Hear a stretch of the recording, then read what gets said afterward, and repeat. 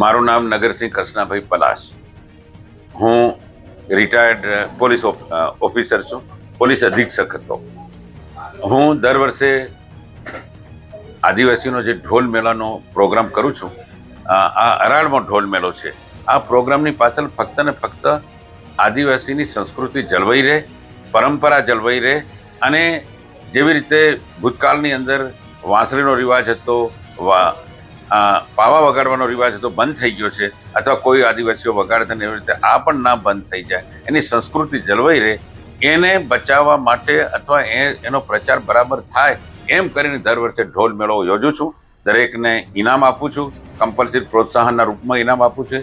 1 થી 5મા નંબર વધારે આવવાવાળાને વિશિષ્ટ ઇનામ આપું છું. અને મને મારા પૈસાથી કરું છું. ફાળો પણ મારા મિત્રો, ઓળખીતા, દોસ્તો જે કંઈ આપે મને એમાં મદદ કરે છે. આ બધાનો સહયોગ કરીને આ ઢોલ મેળો યોજું છું. અને એકદમ ખુશીથી ગામડેથી તાલુકે દૂર દૂરથી આવે તો સવારમાં બધાને નાસ્તો પણ કરાવડાવીએ છીએ. અને એટલે તકલીફ નથી પડતી. પાણીની વ્યવસ્થા છે ત્યાં મોટા મેદાનની છે. આ ચાલુ વર્ષે પરેલના મેદાન ઉપર, રેલવે કોલોનીના મેદાન ઉપર આયોજન કરેલ છે. એમાં મોટી સંખ્યામાં પધારવા વિનંતી છે. અને તારીખ 28મી ફેબ્રુઆરી શનિવારના રોજ સવારના 10-11 વાગ્યાથી શરૂ થશે, સાંજના 5 વાગ્યા સુધી આ ચાલુ રહેશે. અને તે દરમિયાન બધા નાચશે કરશે. 2 મિનિસ્ટર આવવાના છે, બોલાવડાયા છે. અહીંના સંસદ સભ્ય પણ આવવાના છે, બીજા ધારાસભ્યો છે, બીજા આગેવાનોને બધાને મેં ઇન્વાઇટ કર્યા છે.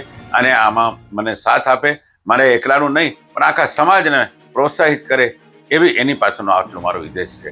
તમે પણ પત્રકાર મિત્રો મારા આ કાર્યને બિરદાવજો, એટલું જ હું કહેવા માંગુ છું. ઢોલ મેળો કરવાનો મુખ્ય હેતુ ફક્ત આ ઢોલ મેળો હજારો વર્ષથી આ સંસ્કૃતિ જળવાયેલી છે, જળવાઈ રહે એમ કરીને આ ઢોલ જે છે ને આદિવાસી સંસ્કૃતિનું પ્રતીક છે. એટલા માટે આ ઢોલ મેળો અમે યોજીએ છીએ. અને એ ઢોલ સારા પ્રસંગે, કોઈ લગ્ન પ્રસંગે, સગાઈ પ્રસંગે, મકાનના ઉદ્ઘાટન પ્રસંગે એ ઢોલ વગાડી અને એનો ખુશી વ્યક્ત કરે છે. એમાં આનો ઉપયોગ કરે. પહેલાંના જમાનામાં આ જ ઢોલનો ઉપયોગ લોકોને ભેગા કરવા માટે કરવામાં આવતો. ઢોલને ઊંધો પાડી અને ડીંડિયાથી વગાડવામાં આવે તો બધા લોકો ભય છે એમ કરીને ભેગા થતા. એવા વિવિધ પ્રકારના એના ઉપયોગ છે.